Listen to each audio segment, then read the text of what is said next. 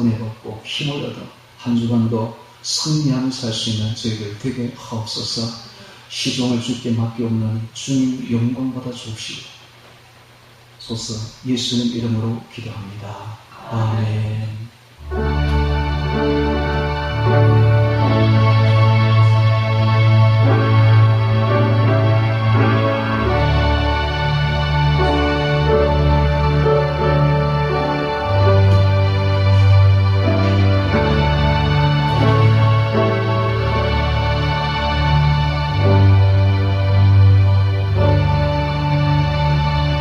성경 봉독은 신명기서 10장 진정한 행복이라는 제목으로 신명기서 10장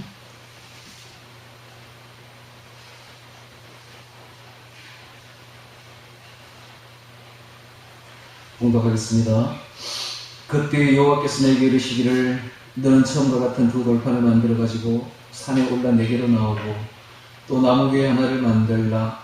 내가 깨뜨린 처음판에 쓴 말을 내가 그 판에 쓰리니 너는 그것을 그 궤에 넣으라 하시기로 내가 시딤 나무로 궤를 만들고 처음과 같은 돌판 둘을 만들어 손에 들고 산에 오르매 여호와께서 그 총의 날에 산 위 불 가운데서 너에게 이르신 십계명을 처음과 같이 그 판에 쓰시고 그것을 내게 주시기로 내가 돌이켜 산에서 내려와서 여호와께서 내게 명하신 대로 그 판을 내가 만든 궤에 넣었더니 지금까지 있느니라. 이스라엘 자손이 부에롯 브네야 아간에서 발행하여 모세라에 이르렀서는 아론이 거기서 죽고 거기 장사되었고 그 아들 엘라살이 그를 이어 세상을 지금은 행하였으며 또 거기서 발행하여 국고다에 이르고 국고다에서 발행하여 욥바다에 이른적 그 땅에는 시내가 많았었으며 그때 여호와께서 레위 지파를 구별하여 여호와의 언약 궤를 메이며 여호와 앞에 서서 그를 섬기며 또 여호와의 이름으로 축복하게 하셨고 그 이름 오늘까지 이르느니라. 그러므로 레위는 그 행자 중에 분깃이 없으며 기업이 없고 내 하나님 여호와께서 그에게 말씀하신 것 같이 여호와가 그의 기업이시니라. 내가 처음과 같이 40주야를 산에 유하였고 그때에도 여호와께서 내 말을 들으사 너를 참아 멸하지 아니하시고 여호와께서 내게 이르시되 일어나서 백성 앞에 진행하라. 내가 그들에게 주리려고 그 열조의 맹세한 땅에 그들이 들어가서 그것을 얻으리라 하셨느니라. 이스라엘아 내 하나님 여호와께서 너에게 요구하는 것이 무엇이냐 곧 내 하나님 여호와를 경외하여 그 모든 도를 행하고 그를 사랑하며 마음을 다하고 성품을 다하여 내 하나님 여호와를 섬기고 내가 오늘날 너의 행복을 위하여 너에게 명하는 여호와의 명령과 규례를 지킬 것이 아니냐. 하늘과 모든 하늘의 하늘과 땅과 그 위의 만물은 본래 내 하나님 여호와께 속한 것이로되 여호와께서 오직 내 열조를 기뻐하시고 그들을 사랑하사 그 후손 너희를 만민 중에서 택하셨으니 오늘날과 같으니라. 그러므로 너희는 마음의 할례를 행하고 다시는 목을 곧게 하지 말라. 너희 하나님 여호와는 신의 신이시며 주의 주시요 크고 능하시며 두려우신 하나님이시라.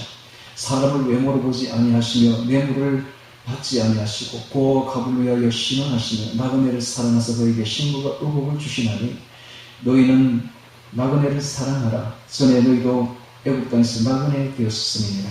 내 하나님 여호와를 경외하여 그를 섬기며 그에게 친근하고 그 이름으로 맹세하라. 그는 내 찬송이시오 내 하나님이시라. 내가 목도한 바와 이같이 크고 두려운 일을 너를 위하여 행하셨느니라. 애굽에 내려간 내 열조가 겨우 70이었으나 이제는 내 하나님 여호와께서 너를 하늘의 별같이 많게 하셨느니라. 아멘. 우리 다 같이 일어나셔서 404장 그 크신 하나님의 사랑 찬양드리겠습니다.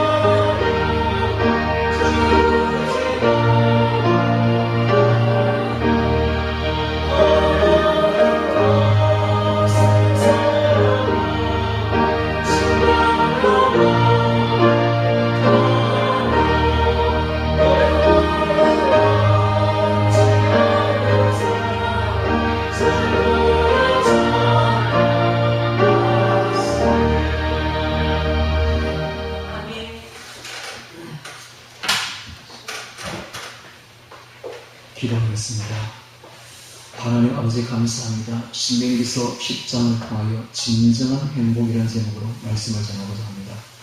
주 예수님 이곳에 오셔서 전하는 자나 듣는 자가 한 가지로 말씀의 은혜 받게 하여 주옵시고 참으로 우리 주 예수님을 나의 주인으로 모시는 진정한 행복을 찾는 귀한 시간이 되게 하옵소서. 예수님 이름으로 기도합니다. 아멘. 신명기 10장을 통하여 진정한 행복이라는 제목으로 말씀을 전하겠습니다. 여러분, 행복이 어디 있다고 생각되십니까? 행복은 어디 있습니까? 어떤 사람은 술을 마시면 행복하다라고 생각합니다. 그래서 술 중독자가 되죠. 저녁만 되면 술 친구들을 전화를 해서 찾습니다. 그것이 자기의 행복이니까. 그래서 술을 마시면 술 중독자가 되면 가장 불행한 사람이 되더라고요. 가장 불행한 사람. 술 중독자만큼 불행한 사람을 본 적이 없습니다. 가장 불행한 사람. 자기 몸도 베리고 가정도 깨어지고 그리고 빨리 죽더라고요. 빨리 죽어. 나이가 들면은 술은 끊어야 돼요. 술은 100회 먹어요. 적당히 막걸리는 적당히 조금 먹는 거는 몸에 참 좋다 하더라고요. 근데 한 잔이지, 반잔 정도는 한 잔이지. 술에 중독되면 안 되지. 또 어떤 사람은 마약에 중독된 사람이 있어요. 마약에 중독되면 그게 행복합니까? 행복하겠지, 그 순간. 그러나 마약에 중독되면 바로 죽음이 옵니다. 죽습니다. 모든 미국에 보지 않았나요? 여기 미국 거리에 무슨 거리더라 그 보면 마약에 중독된 사람들 완전 좀비처럼 돼가지고 그래 있는 모습을 볼 수가 있습니다. 그 사람들은 그게 행복인 줄 생각하고 찾는데 중독되면 죽음이죠. 또 어떤 사람은 도박에 중독되기도 하고 또 요즘에 이제 아이들 보면은 컴퓨터에 게임에 중독됩니다. 컴퓨터 게임 여러분 애뿐만 아니라 좀 어른까지 할머니까지 컴퓨터 게임이 지금 중독되어 있습니다. 이게 참 무서운 거예요. 이렇게 중독되면 그게 행복합니까? 그게 행복이 있습니까? 진정한 행복이 무엇인지를 오늘 말씀을 통해서 우리가 깨달아야 됩니다. 진정한 행복은 어디 있는가? 하나님은 이렇게 말씀하시죠. 너희 마음의 할례를 행하고 마음에 너의 중독된 것을 다 끊어내라. 마음의 할례를 행하고 오직 하나님을 나의 주인으로 모실 때, 예수님을 나의 주인으로 모실 때 그때 행복합니다. 여러분, 우리 영혼에는 하나님이 와서 앉아야 될 자리가 있는 거예요. 영혼의 좌소라고 합니다. 영혼의 좌소에 하나님을, 예수님을 나의 주인으로 모시고 나의 왕으로 모시고 섬길 때에 우리는 가장 행복한 것입니다. 그런데 그 자리에 내 자신이 또 앉아, 내 예산이 또 앉아가지고 있으면 이게 방자해집니다. 방자. 예수님을 나의 왕자에 모시고 예수님을 나의 주인으로 모시면 경건해집니다. 경건이 되는 것입니다. 그런데 반면에 자기가 그 자리에 앉으면은 진짜 왕을 몰아내는 거죠. 쿠데타입니다. 반역입니다. 반역자예요. 지 마음대로 행하면은 이게 바로 죄입니다. 죄가 뭐냐 하면 원과 하마르티아인데 이 하마르티아는 관역에서 벗어난 화살을 말합니다. 관역이 뭡니까? 관역은 하나님의 뜻이에요. 하나님의 말씀입니다. 하나님의 말씀과 하나님의 뜻에서 벗어난 행동을 하는 사람은 이 죄를 짓고 있는 거죠. 벗어난 화살이에요. 그래서 우리는 항상 하나님을 나의 마음의 좌소에 모시고 예수님을 나의 주인으로 고백하며 하나님의 뜻대로 생활해야 됩니다. 하나님의 뜻은 아주 분명합니다. 하나님 사랑, 이웃 사랑이에요. 하나님 사랑, 이웃 사랑. 하나님을 사랑하는 자는 하지 말아 해도 자연히 이웃을 사랑하게 되어 있습니다. 어느 정도로 사랑하느냐? 목숨 걸고 사랑해야 돼요. 목숨 걸고. 하나님을 사랑하는 방법이 뭘까요? 하나님을 사랑하는 방법은 누군가를 여러분 사랑하면은 그 사람 생각이 자꾸 나죠. 마음이 콩밭에 갈 때는 말을 들어봤죠. 애들이 연애를 하게 되면 이 학교 공부가 안 돼. 마음이 콩밭에 가 있거든. 늘 그 사람만 생각하게 돼 있거든. 마찬가지로 오늘 우리가 하나님을 사랑하게 되면 관심이 하나님께 가 있어야 돼요. 생각이 하나님께 가 있어야 돼요. 그래서 항상 예수님을 향해서 이렇게 고백해야 됩니다. 나의 주인, 나의 주인, 나의 주인이시여, 내 주인이시여. 내 안에 들어오셔서 나와 함께 하소서. 나를 다스려 주옵소서. 예수를 안 믿는 사람이 죄인이 죄를 고백하고 예수님을 나의 구주로 영접하면 예수님이 나의 주님이 됩니다. 주님. 그런데 나의 주님으로 모신 칭의를 받은 사람이 매일매일 살아가면서 예수님을 나의 주인으로 모시는 성화가 됩니다. 성화. 그러니까 칭의를 받은 사람이 예수님을 나의 주인으로 늘 고백하고 모시고 살아가면 그 주인의 명령에 순종히 살아가는 것, 그게 바로 성화예요. 그게 성화. 그 차이입니다. 그래서 예수님을 향해서 나의 주인이라고 고백해보세요.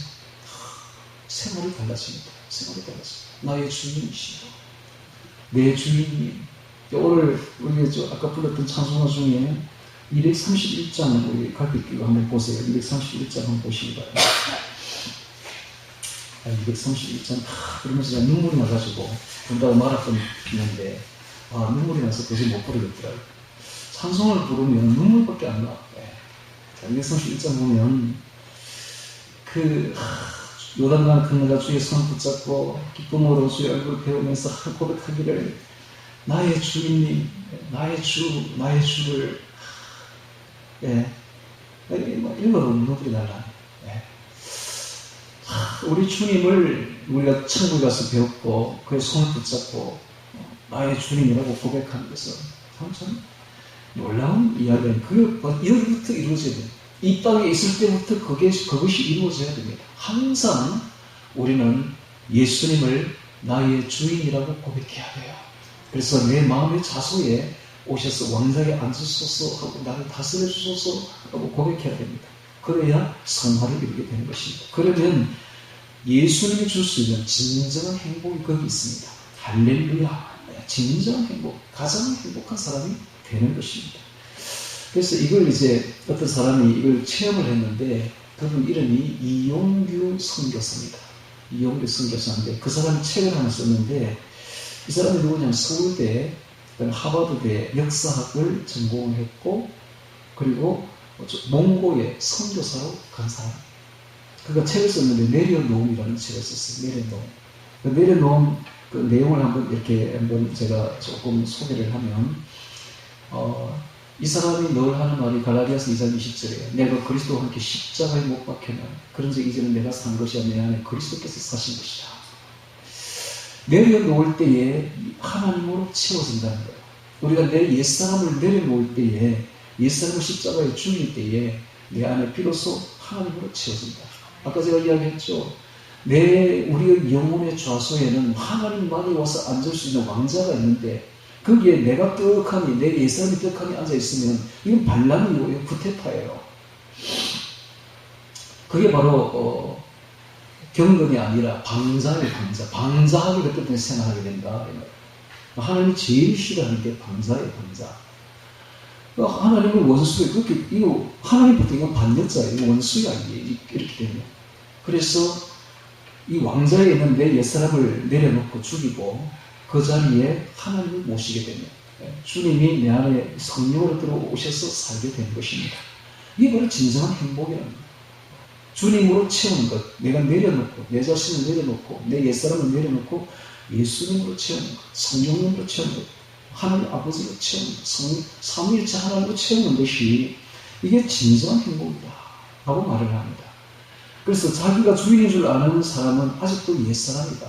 자기 생각, 자기 욕심으로 행복을 찾을 수 있다고 생각하고 평생을 분주하게 돌아다녀 봐도 술로, 담배로, 마약으로, 도박으로, 컴퓨터 게임으로 아무리 돌아봐도 헛되고 헛될 뿐 행복은 물을 움켜잡는 것처럼 다 빠져나가버리고 마치 무지개를 잡는 것처럼 다 빠져나가버리고 행복은 없는 거예요. 결국은 폐가 망신하는 것입니다.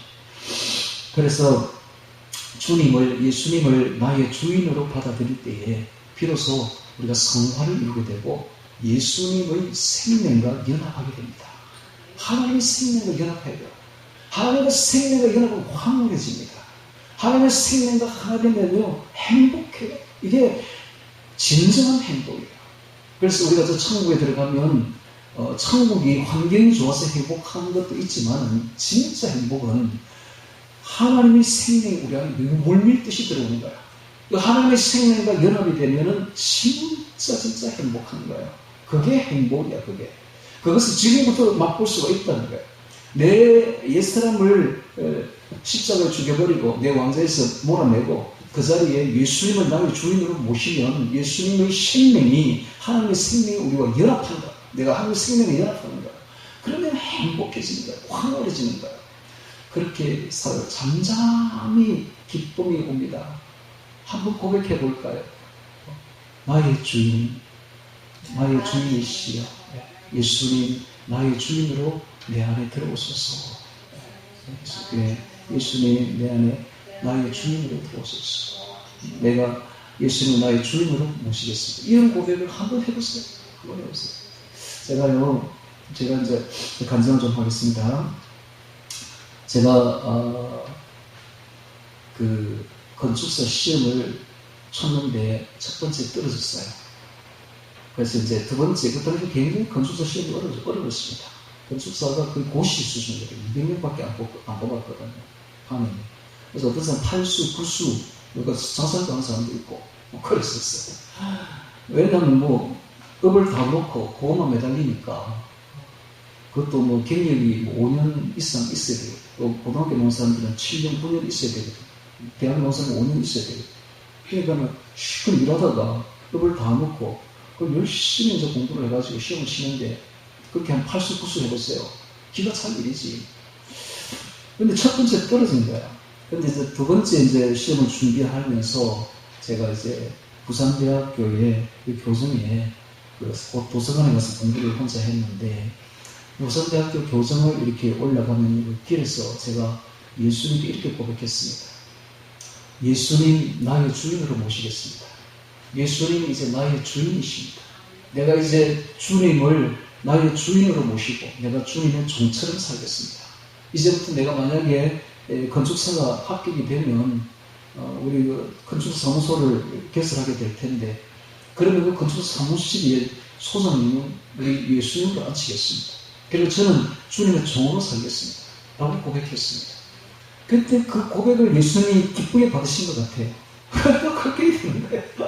그리고 여기 이제 개설이 된 거죠. 30년째 이제 오고 있습니다. 그러면서 이제 신학도 해가지고 목사도 되고 이렇게 했는데, 저는 그 고백을 잊을 수가 없어요.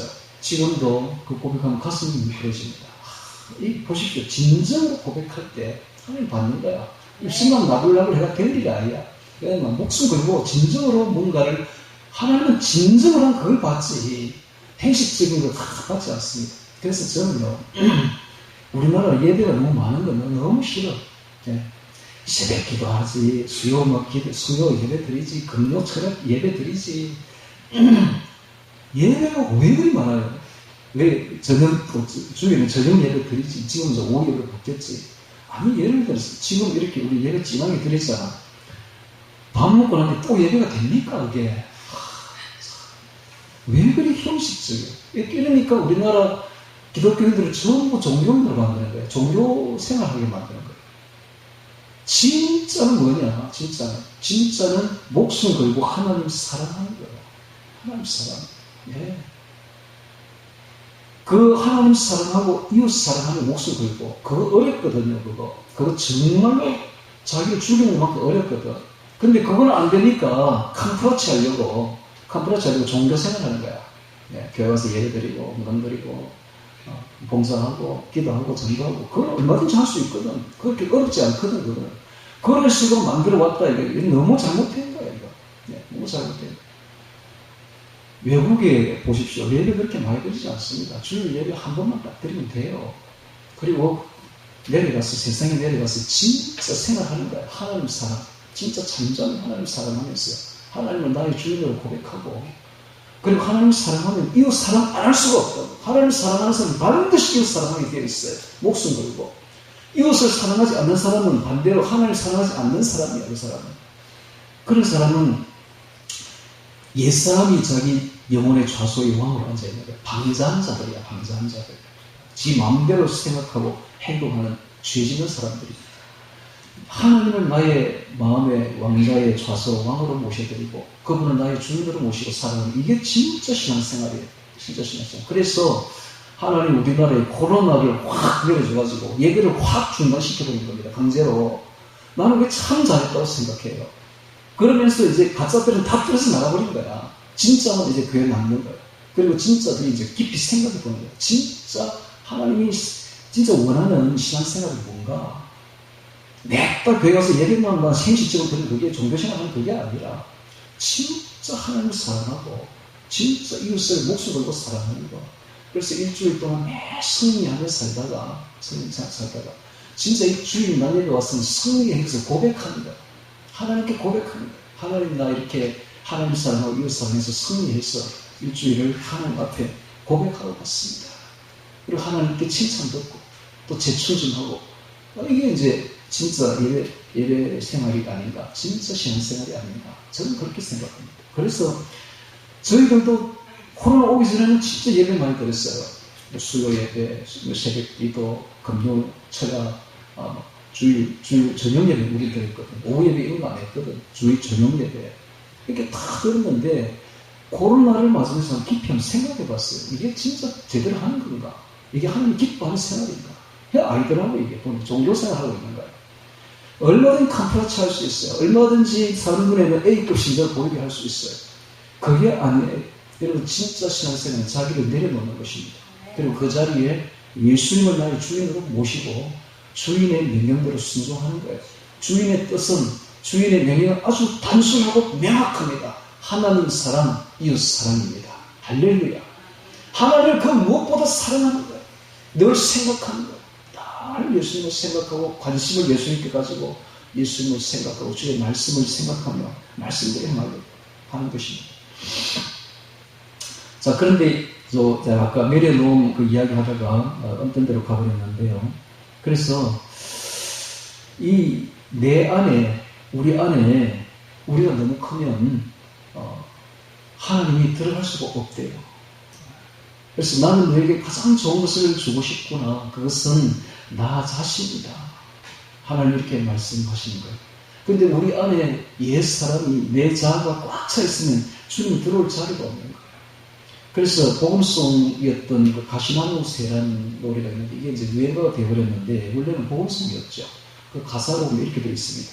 내 속엔 내가 너무도 많아 당신의 쉴 곳 없네. 내 속엔 헛된 바람들로 당신의 편할 곳 없네. 우리 안에 내가 너무 많아가지고 예수님이 들어올 수가 없네. 내 안에 헛된 바람들이 헛된 욕망들이 너무 많아가지고 예수님이 편하지 않는 걸 들어와도 이거 다 마음의 할례를 해가 다 잘라내야 됩니다. 우리의 욕망들, 우리의 예상들 다 잘라내야 돼요. 그래야 예수님이 내 안에 들어오셔서 편히 쉴 수가 있는 것입니다. 그래서 이게 이제 내 안에 누가 들어와서 그 왕좌에 앉느냐에 따라서 하나님 중심주의냐 아니면 자기 중심주의냐로 딱 보면 되는 거예요. 하나님 중심주의로 사는 사람은 참 신앙생활을 하는 사람이에요. 근데 자기 중심적으로 생각하는, 자기 욕망대로 생각하면서 얼마든지 캄프라치 할 수 있습니다. 얼마든지 A급 종교인으로 보일 수가 있어요. 예배 잘 드리면 돼요. 헌금하면 돼요. 봉사하면 돼요. 쉽다고요. 그건 쉽다고. 기도하면 돼. 전도하면 돼. 쉬워요. 그거 하기. 그런데 하나님을 내 중심에 모시고 내 자신을 잘라내고 하나님을 중심에 모시고 하나님 사람, 이웃 사람 목숨을 하기는 진짜 어렵거든. 진짜 어렵거든. 그게 진짜 신앙생활입니다. 그래서 하나님 사람은 자기 옛사람을 내려놓은 사람입니다. 그래서 예수님의 십자가에 그리스도와 함께 옛사람을 죽이고 예수님을 나의 주인으로 모시고서 주인의 명령대로 순종하는 사람입니다. 내려놓은 사람이죠. 근데 우리가 붙던 인생은 별거 아니지만은 이제 하나님께 우리의 인생이 딱 붙들리기 시작하면 엄청난 인생이 됩니다. 그리고 엄청난 내세가 우리 앞에 펼쳐지는 것입니다. 이 생각 내세에 엄청난 일이 벌어집니다. 그러므로 우리 인생의 가장 행복한 결정은 내려놓습니다. 라고 이 저자는 이야기를 합니다. 너의 자신을 내려놓아라. 그럼 내가 채우리라. 하나님이 채우리라. 내려놓으면 그때부터 하나님이 움직이십니다. 움켜잡을수록 더욱더 가지를 할수록 더욱더 공허해집니다. 내려놓으면 해결이 됩니다. 하나님께 주인에게 묻고 듣고 순종해야 됩니다. 이 이용규 선교사님이 그 뒤에 책을 한 권 더 썼어요. 근데 책 이름 제목이 더 내려놓고 더 내려놓고 그리고 거기에 한 개 더 썼는데 책을 그 책 이름이 떠남입니다. 떠남. 네. 하나님의 말씀을 받았다면 주저없이 떠나야 된다. 믿음으로 떠날 때 그분의 놀라운 계획이 펼쳐진다. 결코 늦지 않았다. 두려움을 떨치고 발걸음을 내디뎌야 된다. 떠남은 믿음과 불가분의 관계가 있다. 이렇게 이야기합니다. 믿음이 있는 사람은 떠난다는 거예요. 뭘 떠나요? 자기 옛사람을 떠나는 거지. 자기 행복을, 세상에서 찾던 그 행복을 떠나는 거지. 진정한 행복을 찾았어. 그래서, 이 행복을 찾아 떠났다는 그 이야기들이 많이 있어요. 중국 고시에 보면 가정의 행복을 이야기하면서 이런 이야기를 합니다. 봄이 어디 있는지 집신이 닳도록 돌아다녔지만 돌아와 보니 봄은 우리 집 매화나무 가지에 걸려 있었다라는 시가 있죠. 아주 유명한 시입니다. 이렇게 바깥에 나가서 아무리 행복을 찾아봐도 없는 거예요. 돌아와 보니 내 가정 안에 행복이 있었다. 그런 이야기죠. 그 서정주의 국화옆에서라는 시가 있죠. 그 시가 보면 제가 한번 읽어드릴게요. 국화옆에서 한 송이 국화꽃을 피우기 위해 봄부터 속적새는 그렇게 울었나 보다. 한 송이 국화꽃을 피우기 위해 천둥은 먹구름 속에서 그렇게 울었나 보다. 그립고 아쉬움에 가슴 조이던 먼 젊음의 뒤안길에서 이제는 돌아와 거울 앞에 선 내 누님같이 생긴 꽃이여. 노란 내 꽃잎이 피려고 간밤에 무서리가 저리 내리고 내게는 잠도 오지 않았나 보다. 저는 이 시 중에서 이 부분을 그립고 아쉬움에 가슴 조이던 먼 젊음의 뒤안길에서 이제는 돌아와 거울 앞에 선 내 누님같이 생긴 꽃이여. 그 젊음의 뒤안길에서 먼 길에서 이제 돌아와가지고 중년에 되어서 다시 가정으로 돌아와서 거울 앞에 서 있는 그 모습, 우리의 모습이 되어야 됩니다.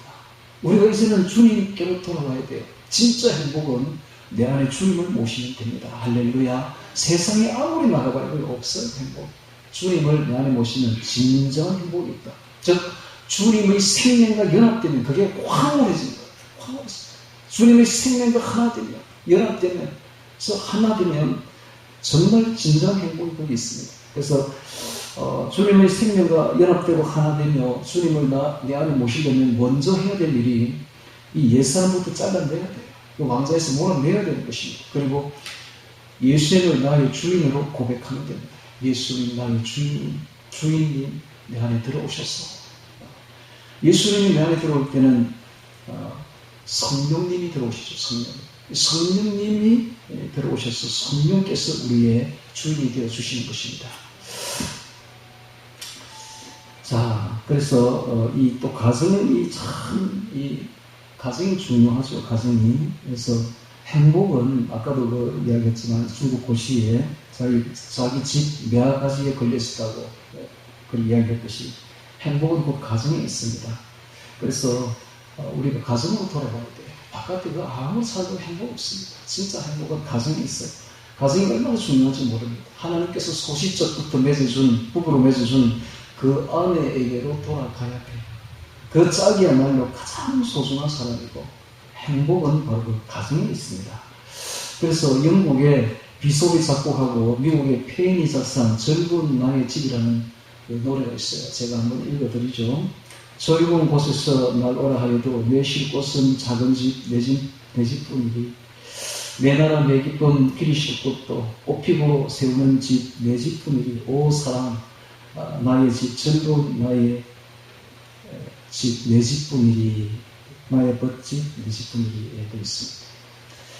1892년에 미국 남북전쟁이 터졌을 때에 버지니아 레파하노크 리버 전투에서 강을 하나 사이에 두고 남북이 그냥 치열하게 전투를 했다고 합니다. 그런데 그때 군악대가 밤에 이 곡을 연주를 한 거예요. 이 곡을. 젊은 곳에서는 날 오라 하여도 내 쉴 곳은 작은 집 내 집뿐이리. 이걸 연주를 한 거예요. 그럼 갑자기 전투가 막 소강 상태로 되면서 사람들이 전부 그냥 마음이 고향으로 다 돌아가가지고 그날 저녁엔 전투가 없었다고 합니다. 다음은 자기 막사에 다 돌아가 집에 편지 쓰는 아름다운 밤이 되었다고 해요. 그 가정 안에 주님 안에 행복이 있습니다. 할렐루야. 가정 안에 주님 안에 행복이 있습니다. 자, 오늘 이런 이야기를 가지고 서두를 가지고 우리 성경을 한번 보도록 하겠습니다. 신명기 10장 봅니다. 신명기 10장. 그때 여호와께서 내게 이르시기를 너는 처음과 같은 두 돌판을 만들어 가지고 산에 올라 내게로 나오고 또 나무개 하나를 만들라. 내가 깨뜨린 처음 판에 쓴 말을 내가 그 판에 쓰리니 너는 그것을 그 궤에 넣으라 하시기로 내가 시딤 나무로 궤를 만들고 처음 것과 같은 돌판 둘을 다듬어 손에 들고 산에 오르매 이런 말이 있죠. 하나님께서 두 번째 시딤 돌판을 만들어 주시겠다라고 이야기를 합니다. 근데 처음에는 하나님이 직접 돌판을 만들었어요. 그리고 거기에 십계명을 직접 친필로 써주신 것입니다.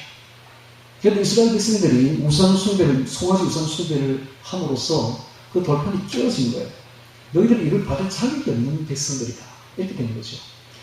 그래가지고 하나님이 이 이스라엘 백성을 다 죽여버리려고 했어요. 다 멸하려고 했어요. 그때 모세가 그걸 막았습니다. 하나님 이러시면 안 됩니다. 하나님이 이렇게 하면 이방 사람들이 뭐라고 말하겠습니까? 저 신이 자기 백성을 이끌어내더니 스스로 죽여버렸다고 말하면 하나님께 영광이 되지 않습니다. 라고 막았습니다. 그래서 하나님 모세 때문에 겨우 분을 참습니다. 그리고 난 뒤에 두 번째 이제 돌판을 만들 때는 하나님이 이렇게 명령합니다. 두 번째 돌판은 내가 안 만들어준다. 네가 만들어 온나. 그럼 내가 거기 써줄게. 이렇게 이야기하죠. 이게 뭘 뜻할까요? 여러분, 처음에 은혜 받을 때는 하나님이 그냥 100% 내려주는 엄청나요. 100% 엄청 내려주는데 이게 신앙이 조금 오래되면요 하나님이 100% 내려주지 않습니다. 그때는 우리가 절반 가야 돼. 그러면 하나님이 절반 내려온다고. 우리가 의지를 가지고 하나님께 나아가지 않으면 절대로 은혜 없습니다. 그 이야기입니다. 그 이야기. 그래서 신앙생활이 좀 되는 사람은요 신앙생활이 초신자들은 조금만 기도해도 하나님이 막 부어줍니다. 100% 부어줘요. 조금만 기도해도 팍팍 들어줍니다. 근데 신앙생활이 좀 어느 정도 된 사람들은요 기도해도 잘 안 들어줘. 이럴 때는 은혜도 별로 없어. 이럴 때 어떻게 해야 돼요? 의지를 가지고 하나님께 나아가야 돼. 나아가면 은혜 부어줍니다. 할렐루야. 초신자들은 나아가지도 않아도 막 부어준다고. 부어준다고. 그러니까 이제는 네가 만들어 온다. 그런 원리입니다. 이게. 그 다음에 또 보면 시딤 나무가 나옵니다. 이 시딤 나무는 가시나무예요. 가시나무예요. 가시가 뭐예요? 나무를 팍팍 찌르죠. 인간은 다 그래요. 재성이 있는 인간들은 전부 나무 찌릅니다. 가까이 가면요 찔려요. 그래서 사람 가까이 가면 안 돼. 사람 가까이 가면요 믿을 바가 안 돼. 사람은 사랑할 바이지. 사람은 무조건 찌르게 돼 있어요. 사람 가까이 가면. 그래서 항상 실망합니다. 우리 하나님께는 안 그래요. 하나님께 가까이 나가면 너무너무 좋은 일이에요. 너무너무 좋은 일이에요. 너무너무 우리는 행복해지고 너무너무 기쁨으로 넘치죠. 근데 사람은 안 그래요. 사람은 가까이 가면 막 찌른다니까 이게. 그게 죄성이 있는 곳이죠. 그런데 그걸로 만들어내는 거예요. 그걸로. 그리고 거기다가 괴를 만들고 가시나무로 거기다가 금으로 감쌉니다. 금으로. 금이 뭡니까? 믿음이죠. 은혜죠. 그래서 가시 많은 죄성, 죄 많은 우리에게 하나님께서는 들어오셔서 은혜로, 믿음으로 감싸주시고 그리고 이 죄인을 은혜로 덮어주시는, 칭을 덮어주시는, 예수님의 보혈로 의롭다고 덮어주시는 것이 그걸 의미하고 있습니다. 그리고 그 안에 하나님의 말씀을 넣어주시는 것입니다. 그런데 그 궤 안에는 나중에 만나 항아리와 쌍난 지팡이도 들어갑니다. 만나는 곧 말씀이죠. 그래서 사람이 하나님의 말씀을 먹어야 사는 거죠. 떡으로 사는 것이 아니라 만나는 하나님의 말씀을 선정합니다. 그 다음에 그 안에 쌍난 지팡이를 넣으라고 했어요. 이것은 고라 자손의 폐역을 상징하는 그 물건입니다. 그러니까 만나도 보십시오. 만나도 늘 원망 불평하면서 받은 게 만나예요. 가시나무도, 그 다음에 십계명 두 돌판도, 그들이 우상 숭배했던 흔적입니다. 세 물건 다 40년 동안 하나님을 원망하고 불평하며 폐역했던 물건들이에요. 그런 것들이, 그 상징적인 물건들이 그 궤 안에 다 들어있습니다. 근데 그거를 뚜껑으로 탁 덮습니다. 덮고는 그걸 뚜껑을 뭐라고 하느냐? 이걸 바로 시언자다. 은혜를 베푸는 곳이다. 이게 봐. 은혜를 베푸는 곳이다. 속죄소다. 죄를 사해주는 곳이다. 라고 말하는 것입니다. 그러니까 우리가 그런 죄인인데 하나님이 우리에게 은혜를 덮어주시고 우리에게 시험자 은혜를 베푸시고 속죄소 죄를 사해주신다 하는 것입니다. 이게 바로 지성소에 있던 법궤인 것입니다. 자, 세물은 다 정말 죄성과 부끄러운 일을 증거하고 있죠. 그러나 예수의 보혈로 다 덮어서 시험자로 만드시고 은혜 베푸는 곳이다 라고 해주신 것입니다. 자, 6절에 보겠습니다. 이스라엘 자손이 브네야 아간에서 발행하여 모세라의 이르렀으는 아론이 거기서 죽고 거기 장사되었고 그 아들 엘라살이 그를 이어 제사장의 직임을 행하였으며 아주 놀라운 말씀이 기록되어 있습니다. 이 아론은 금송아지 사건의 주모자죠. 주모자. 큰 죄를 지었지만은 엘라살이 대제사장이 된 것은 하나님의 은혜입니다. 왜냐하면 사람이 우상 숭배하고 죄를 지으면요. 그 죄의 영향력이 3, 4대까지 내려간다고 되어 있어요. 3, 4대까지 내려간다면은 이런 엘라살은 자기 아들인데 제사장이 될 수가 없는 것이죠. 그럼에도 불구하고 하나님이 은혜를 부어주시사 그로 하여금 제사장을 세워주신 것입니다. 자, 이것은 전적인 죄를 덮어주시고 은혜를 세우시는 모습 계속 보면은 지금 계속 나오는 말씀들이 죄를 덮어주시고 은혜로 덮어주신다는 이야기가 계속 나오죠. 은혜를 세우시는 모습입니다. 즉 고쳐서 세워주시는 것이죠. 리모델링, 리포맷, 고쳐서 세워. 우리도 마찬가지예요. 우리도 죄인이지만 하나님이 우리를 리포맷 시켜서 고쳐서 세우시고 다시 쓰신다는 말이에요. 죽는 그 순간까지는 기회가 있습니다. 아직 우리는 죽지 않았어요. 그러니까 얼마나 기회가 있어. 이 죄인들 고쳐서 세워주시면 다시 쓰시는 거예요. 이런 이야기를 지금 하고 있습니다. 얼마나 감사합니까? 자, 7절에 보겠습니다. 또 거기서 발행하여 굿고다에 이르고 굿고다에서 발행하여 욕바다에 이른적 그 땅에는 시내가 많았으며 이런 말이 있죠. 굿고다가 나오고 있고 욕바다가 나오고 있습니다. 광야의 여전 중의 진행들이죠. 죽음의 사막 광야입니다. 거기는 불뱀이 있어요. 정갈도 있어요. 아그라빔 정갈의 언덕, 정갈이 있어요. 정말 그 뱀 보면 여러분 어때요? 몸살이 쳐지죠. 진절이 나죠. 진절이 나죠. 그제도 우리 목사님들 노예 내려와가지고 저 백세공원에 가서 이렇게 도는데 아무도 없더라고요. 거기에 해가 막 쨍쨍 내리쬐고 하니까. 근데 어느 영목가를 도는데 한 목사님 막 비명을 지르는 거야. 그럼 왜 그러냐? 뱀을 봤더니 뱀이 그 돌틈 사이에 들어갔다는 거예요. 그래 뛰어가서 보니까 뭐 가버리고 없는데 이 몸서리 쳐지 뱀만 봐도 몸서리 쳐지죠. 진술이 쳐진다고. 근데 그 불뱀이 거기서 사람을 물어 죽인다고. 정말 그 마찬가지 독종이죠. 독이 얼마나 셉니까? 진술이 쳐지는 곳이죠. 이게 바로 세상입니다. 세상은 진술이 쳐지는 곳입니다. 매일매일 그렇습니다. 우리가 살고 있는 이 세상은 불뱀이 있는 곳이요, 정갈이 있는 곳이요, 정말 진술이 쳐지고 몸술이 쳐지는 곳이야. 왜 그렇습니까? 이 세상을 떠나야 되니까. 성도는 이 세상을 떠나야 하기 때문에, 이 세상에 살면 안 되기 때문에 초월하라고, 쫓아하라고, 이 세상을 떠나서 저 하늘나라를 바라보라고 땅의 일은 항상 이런 위험이 도사리고 있습니다. 항상 곤란하고 걱정과 근심이 도사리고 있는 것이요. 그래서 이 세상을 사랑하지 말라고 진저리 치라고, 실전 내라고, 눈을 들어서 하늘나라를 바라보라고. 그래서 진저리 치는 일들이 6일 동안 얼마나 많았습니까, 여러분? 이제 주일날 하나님께 돌아와서 저 하늘나라를 바라보라고, 하나님이 저 천성을 바라보라고, 천국의 기쁨과 환희를 바라보면서 천국 향해 가자고 하나님이 말씀하시는 것이 바로 굿고다, 욕바다 이런 진행들인 것입니다. 자, 8절에 보겠습니다. 그때 여호와께서 레위 지파를 구별하여 여호와의 언약궤를 메이며 여호와 앞에서 그를 숨기며 또 여호와의 이름으로 축복하게 하셨고 그 일은 오늘날까지 이르느니라. 그러므로 레위는 그 형제 중에서 분깃이 없고 기업이 없고 내 하나님 여호와께서 그에게 말씀하신 것 같이 여호와가 그의 기업이십니다. 자, 이런 말씀을 하고 있죠. 자, 레위가 나오고 있습니다. 레위 지파. 창세기 49장 5절 7절을 보면 야곱이 12아들에게 축복을 내리는데 레위와 시몬에 대해서는 이렇게 말합니다. 레위와 시몬과 레위는 형제요 그들의 칼은 자매하는 기계로다. 내가 그들을 야곱 중에 나누며 이스라엘 중에서 흩어리로다. 저주를 내려버립니다. 왜 그러냐면 시몬이 주동자가 되고 레위가 그 뒤를 따라가서 어디 지역이더라. 거기 하여튼 지역에 디나를 강간한 그 동네를 완전히 남자를 다 죽여버립니다.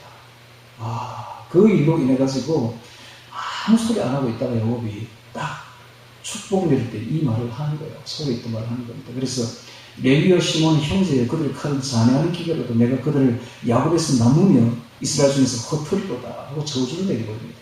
그 결과 어떤 일이 벌어집니까? 시몬 지파는요 아주 큰 지파였어요. 광야에 출발할 때는. 근데 광야 마지막 부분에서 이 브알볼의 사건 때에 가장 많이 연루됩니다. 그래서 연병이 들어가지고 가장 많이 희생된 지파가 시몬 지파예요. 그래서 가장 작은 지파로 전락합니다. 결국은 지파가 땅도 얻지 못해요. 나중에 유다 지파 땅 중 한 부분을 겨우 받습니다. 그래서 살다가 살지 못해가지고 후에는 북쪽으로 가요. 에브라임과 모나세 땅인 북쪽으로 이동해서 사실상 이스라엘 전역에 흩어지게 됩니다. 딱 그 예언대로 되버립니다. 저주를 받았습니다.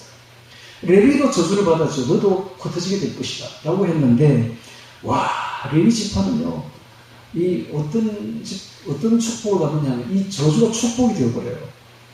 그 금송아지 사건 때에 하나님 편했습니다. 어려운 칼로 이 구성 숭배한 형제들을 다 죽여버립니다. 하나님의 분으로 어려운 칼을 빼죠. 이로 인해가지고 하나님이 아주 축복합니다. 그래서 저주가 축복으로 바뀌는데 온 지파의 제사장이 됩니다. 제사장. 지파들을 지도하고 교육하는 이끄는 하나님의 제사장 지파가 됩니다. 그래서 온 지파에 흩어지게 되죠. 그래서 흩어짐이 오히려 축복이 됩니다. 그래서 레위 지파는 그 저주가 오히려 축복이 되어버린 지파가 된 거예요. 그런데 하나님께 잡히기만 하면 이 저주가 축복이 됩니다. 항상 그래요. 예를 들면은 골고다라는 지명이 있었어요. 골고다. 이 갈골인데 헬라어로 해골이라는 뜻이죠. 그런 지명이 예수님 이전부터 있었다 이 말입니다. 근데 그곳에서 예수님 십자가에 못 박혀 죽습니다. 해골이라는 너무 안 좋은 이름인데 그런데 그리고 난 뒤에는 그 골고다 언덕이 갈골이 언덕이 온 인류의 죄를 사는 축복의 장소가 되어버린 것입니다. 십자가도 마찬가지예요. 십자가도 흉악한 사형틀이에요. 그런데 예수님이 십자가에 못 박혀 죽고 난 뒤에 이 십자가는 구원의 축복의 심볼이 되어버립니다. 이와 같이 예수님께 잡히면 저주가 축복이 되어버린 것입니다. 자, 10절에 또 보겠습니다. 10절. 내가 처음같이 40주야를 산에 유하였고 그때도 여호와께서 내 말을 들으사 너를 차마 멸하지 아니하시고 여호와께서 내게 이르시되 일어나서 백성 앞서 진행하라. 내가 그들에게 주리라고 열조에게 명시한 땅에 그들이 들어가서 그것을 얻으리라 하셨느니라 하면서 이제 12절부터 진짜 오늘의 주제의 말씀들이 나오고 있습니다. 한번 보겠습니다. 여호와께서 하나님께서 요구하시는 것이 무엇인지 보겠습니다. 이스라엘아 내 하나님 여호와께서 너에게 요구하는 것이 하시는 것이 무엇이냐? 곧 내 하나님 여호와를 경외하여 그 모든 도를 행하고 그를 사랑하며 마음을 다하고 성품을 다하여 내 하나님 여호와를 섬기고 내가 오늘날 내 행복을 위하여 너에게 명하는 여호와의 명령과 규례를 지킬 것이 아니냐. 이게 하나님이 원하시는 거예요. 여기 경외가 나옵니다. 경외. 이 경외의 반대는 방자입니다. 방자. 경외가 뭐냐? 경외는 하나님을 두려워함으로 섬기는 것을 경외라 그래요. 방자는 말씀을 방자하게 되면 말씀대로 지켜 행하지 않고 자기 마음대로 행하는 걸 방자라고 부릅니다. 경외하게 되면 말씀을 순종하고 준행합니다. 이게 하나님을 사랑하는 방법이에요. 그래서 아까도 이야기했지만 이 경외하게 되면 경건해지는데 경건이 무엇인가? 우리의 영혼의 좌소에 하나님을 우리의 왕으로 모셔드리는 것입니다. 그리고 하나님의 말씀대로 우리가 순종하는 것입니다. 이게 바로 경외예요. 방자는 반대로 그 영혼의 좌소에 하나님을 몰아내고 쿠데타, 반역하고 하나님을 몰아내버리고 내 옛사람이 내 자신이 그 자리에 앉아가지고 자기 마음대로 행하는 것, 이게 바로 방자인 것입니다. 하나님이 제일 싫어하는 게 방자예요. 방자. 그래서 경외하는 사람들은 어떤 사람들이냐, 아까 여기 보면은 그 도를 행합니다. 즉 하나님의 말씀대로 행합니다. 하나님의 도가 뭐예요? 간단해요. 하나님 사랑, 이웃 사랑이에요. 목숨 걸고 하나님 사랑, 이웃 사랑. 그를 사랑하여 또 나오죠. 하나님 사랑하라 이 말입니다. 하나님 사랑은 어떻게 해요? 무엇을 생각하느냐가 무엇을 사랑하는 것입니다. 여러분 오늘 근심대한 일이 있습니까? 그러면 그 염려를 아무리 내려놓으려도 염려 안 내려놓아지죠. 돌았으면 근심 걱정이 또 생기고 돌았으면 그 근심 걱정이 또 생기고 하죠. 그와 같이 하나님을 사랑하는 말이에요. 그게 바로 묵상입니다. 묵상. 하나님을 묵상하는 거예요. 하나님을 묵상하되 근심 걱정하듯이 돌았으면 하나님 사랑, 돌았으면 하나님 사랑, 하나님께 고백하고, 그게 바로 하나님 사랑하는 방법입니다. 그를 사랑하며 마음을 다하고 성품을 다하여 내 하나님 여호와를 섬기고 내가 오늘 너의 행복을 위하여 너에게 말하는 여호와의 명령을 규례를 지킬 것이 아니냐. 자, 하나님의 명령과 규례, 하나님 사랑, 이웃 사랑을 지키면 우리가 행복해지는데 어떻게 행복해지느냐? 하나님이 잠잠히 내 안에 거하면요 가장 행복해집니다.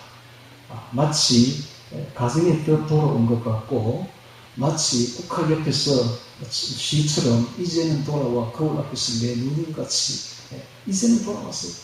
젊음의 뒤안께서 돌아와가지고 이제는 돌아와 같이 이제는 하나님께로 돌아왔어. 잠잠히 하나님을 사랑하며 참 기쁨이 거기 있습니다.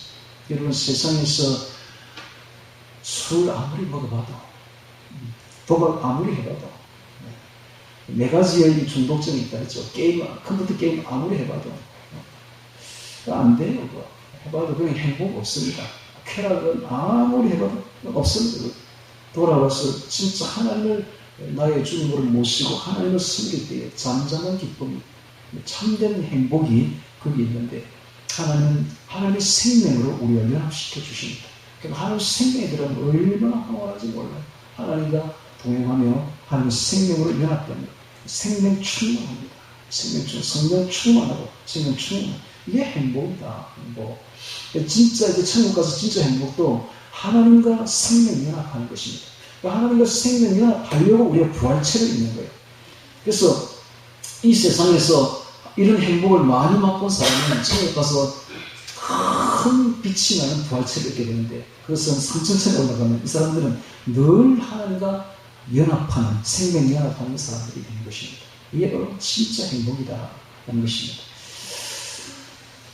자, 그 다음에 14절 보겠습니다. 모든 하늘의 하늘과 땅과 그 위에 만물은 본래 내 하나님 여호와께 속한 것이로되 하늘은 처음에 나온 하늘은 푸른 하늘을 말하고 있으며 모든 하늘은 우주 공간을 말하고 있으며 하늘의 그 뒤에 나오는 하늘은 천국을 말하고 있습니다. 천국을 말하고 있습니다. 그 다음 땅과 그 위에 모든 만물은 본래 하나님 여호와께 속한 것이로되 여호와께서 오직 내 열조를 기뻐하시고 그들을 사랑하사 그 후손 너희를 만민 중에서 택하셨으니 오늘날과 같으니라. 주권적 은혜로 우리를 택해 주신 것입니다. 그러므로 너희는 마음의 할례를 행하고 할례는 옛 그 껍질을 떼내는 거죠. 껍질을 몸에 할례를 행하면은 성기의 그 표피를 잘라내는 겁니다. 그 할례가 구약에서는 할례인데 신약에서는 세례로 바뀝니다. 세례는 뭡니까? 물속에 집어 넣어버리는 거예요. 죽여버리는 거예요. 물속에 들어가서 오래 있어가지고 살 사람 아무도 없죠. 세례는 곧 옛사람의 죽음을 뜻합니다. 그러니까는 마음의 할례를 행하고 이 말은 옛날에 우리가 기뻐하는 거 다 죽여버리라 이 말입니다.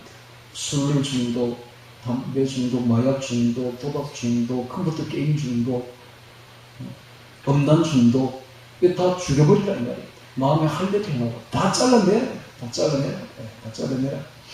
마음의 할례를 행하고 다시는 목을 곱게 하지 말라. 교만히 행하지 말라. 다시는 목을 곱게 하지 말라. 더 이상 네가 주인이 되지 말라. 네 마음의 주인으로 하나님을 모셔드리라 이 말입니다. 방자하게 행하지 말라.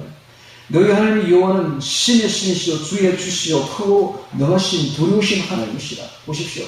우리의 하나님은 신 중의 신, 주 중의 주, 왕 중의 왕, 크고 능하신 두려우신 하나님이시므로 그 하나님을 우리 영혼의 좌소에 왕으로 모셔드리라.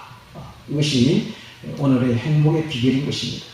사람을 외모로 보지 아니하시며 뇌물을 받지 아니하시고 공과 갑을 위하여 시행하시며 나그네를 사랑하사 너희에게 의복과 신고를 주시나니 너희는 나그네를 사랑하라.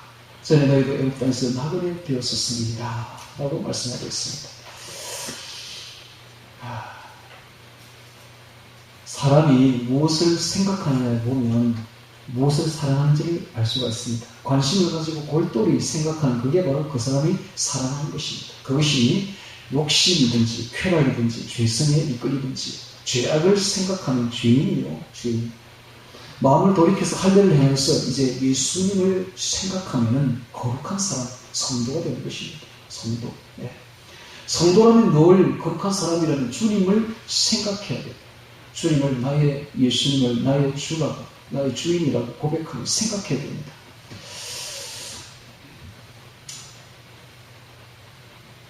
자, 그래서 18절 고아와 가부, 사회적인 약자를 구제하고 사랑하라 하고 말하고 있습니다. 자, 이 구제가 나오는데 방금 구제에 대해서 하나님이 이야기합니다. 하나님은 항상 고아와 가부와 나그네를 구제하라 라고 말을 했어요. 사회적인 약자들을 사랑하고 구제하라. 이웃 사랑이죠. 성도가 어렵고 힘들 때는 반드시 채워주십니다. 근데 성도가 구제에 인색하면 안 돼요. 아낌없이 구제하면 더 풍성하게 채워주십니다. 이게 하나님의 원리입니다. 전도서 11장 1절에 너는 식물을 물 위에 던지라. 여러 날 후에 도로 찾으리라. 도로 찾을 때는 몇 배나 되어서 몇십 배나 되어서 찾을 수가 있습니다. 11장 24절에 전도서 흩어 구제하여도 더 부하게 되는 일이 있나니 과도히 아껴도 가난하게 될 뿐입니다. 너무 아끼지 말라는 거예요. 풍성하게 구제하는 거예요. 그럼 더 부하게 될 것이다. 이 원리를 알아야 됩니다. 그래서 풍성한 구제를 하면은 이 땅에서 부해질 뿐만 아니라 하늘의 상급이 어마어마하게 쌓입니다. 어마어마하게 쌓입니다. 그래서 구제에 인색하지 마시고 풍성하게 하십시오. 사회적인 약자들을 도와주십시오.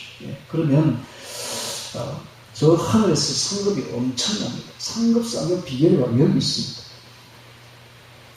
그래서 우리가 이 세상에서 나그네지만 우리도 이 세상에서 나그네입니다. 천국길을 향한 순례의 길, 나그네 길이죠. 그래서 저 천성을 생각하며 늘 살아야 됩니다. 아까 우리가 불렀던 그 찬송가처럼 나의 주를 배우리라 찬송 부르면서 가기를 바랍니다. 20절 보겠습니다. 20절 내 하나님 여호와를 경외하여 그를 섬기며 그에게 친근히 하고 그 이름으로 민세를 계속되는 금쪽 같은 말씀이 나오고 있습니다. 하나님을 경외하고 경건히 생활하고 그를 섬기며 그다음에 그에게 친근히 하고 라는 말이 나옵니다. 친근, 다바크, 달라붙다, 생명연합하다, 꼭 달라붙다, 주님을 꼭 붙들고 달라붙으라는 거예요. 주님 이름을 부르면 주님을 붙잡고 매달리라는 겁니다. 달라붙다, 친근히 하라. 마음으로 생각 속에 우리 주님을 섬기는 방법이 바로 그렇습니다. 그래서 항상 주님의 이름을 부르라는 거예요. 나의 주인이시여, 예수님 나의 주인이십니다. 달라붙으라는 거예요. 달라붙어라. 친근히 하라. 그러면 이게 바로 진정한 행복이 됩니다. 진정한 행복은 내 옛사람을 나의 주인됨을 내려놓고 마음의 할례를 행하여서 다 죽여버리고 주님을 나의 주인으로 모실 때 참된 행복, 생명연합, 구원, 세상에서 행복, 또 저 예수에서 행복을 찾을 수가 있습니다. 반면에 이 세상의 행복을 찾아서 기쁨을 찾아서 세상 쾌락 중독에 빠지게 되면 마귀 유혹과 세상 게임에 빠져서 평생을 소진하게 됩니다. 그러지 말고 이제는 주님께로 돌아와야 됩니다. 돌아와서 내려놓아야 되는 것입니다. 내려놓고 항복해야 됩니다. 빨리 항복할 때까지 하나님께서는 침묵하십니다. 항복할 때까지 기다리십니다. 빨리 항복하는 게 행복한 비결입니다. 그래서 자기 중심주의에서 하나님 중심주의로 변형만이 답이 있는 것입니다. 변형해야 됩니다. 자, 오늘 우리는 지금까지 행복, 진정한 행복이라는 말씀으로 지금까지 들었습니다. 자, 우리가 이제 제가 이런 말을 들었어요. 한국 기독교 목회자 협의회가 부수습한 리포트가 2012년 10월 달에 나왔는데요. 거기에 보니까 목회자는 97%가, 평신도는 87%가 신앙과 생활을 일치하지 않는 걸로 나와 있어요. 그렇게는 이 종교 생활하고 있다 이 말이지. 종교 생활. 신앙과 생활 일치가 안 돼. 몇 프로?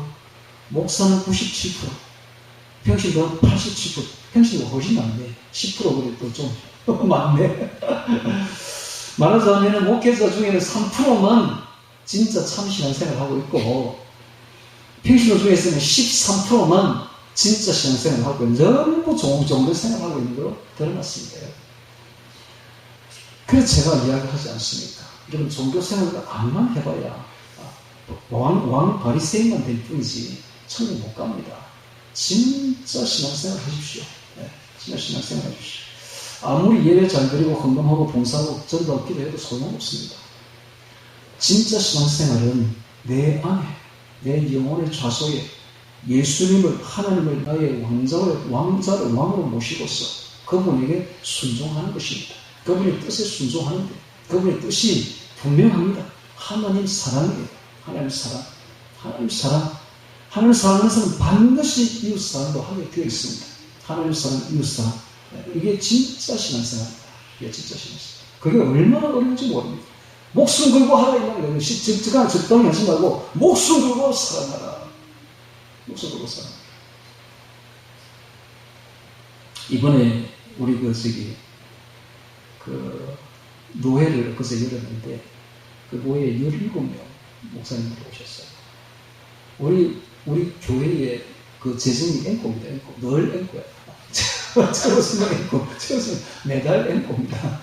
그런데 그 경비가 거의 100만 원 가까이 들어가요. 요즘에 얼마나 어렵습니까? 그래도 있는 거 없는 거 다 끝내가지고 내가 그랬어요. 목사님들 대접은 예수님 대접하듯이 해라. 예수님 대접하듯이 해라. 손님 대접은 예수님 대접하듯이 해라. 그래가지고 있는 거 없는 거 다 진짜 대접했습니다. 네, 대접했습니다. 이게 뭡니까? 이게 바로 하나님 사랑, 이웃 사랑, 목숨 걸고 하는 거잖아요. 목숨 걸고 하는 거죠. 이게 참 신앙생활이다. 이게 참 신앙생활. 여러분, 하나님 사랑, 이웃 사랑에 목숨 걸고 하는 거, 이게 참 신앙생활입니다. 죄가 뭔가? 죄가 하나님 사랑, 이웃 사랑을 안 하는 것, 이게 바로 죄입니다. 태만하고 무지해서 미혹당하여서 범죄하는 것이죠. 마귀 편에 서서 하나님을 전면 부인하고 마귀 앞자리 노릇하는 것이죠. 그런 사람이 목회자는 97%고 평신도는 87%가 그렇게 생활하더라. 이게 뭡니까? 반전이 되죠. 저 천국에는 목회자 100명 중에 3명만 들어가고 평신도는 100명 중에 13명만 들어가겠다 이런 뜻입니다. 이거는 옛날에 2012년도니까 지금은 더 나빠졌죠. 이 정도로 심각합니다. 심각하니까 여러분, 오늘 말씀을 깊이 새겨 듣고, 오늘 말씀은 간단합니다. 예수님을 나의 주인으로 모십시오. 나의 왕자의 주인으로 모셔서 예수님 뜻대로 하나님 사랑, 이웃 사랑하는 참 신앙생활하는 우리 모두가 되기를 주의 이름으로 축원합니다. 자, 오늘 말씀 기억하며 기도드리겠습니다.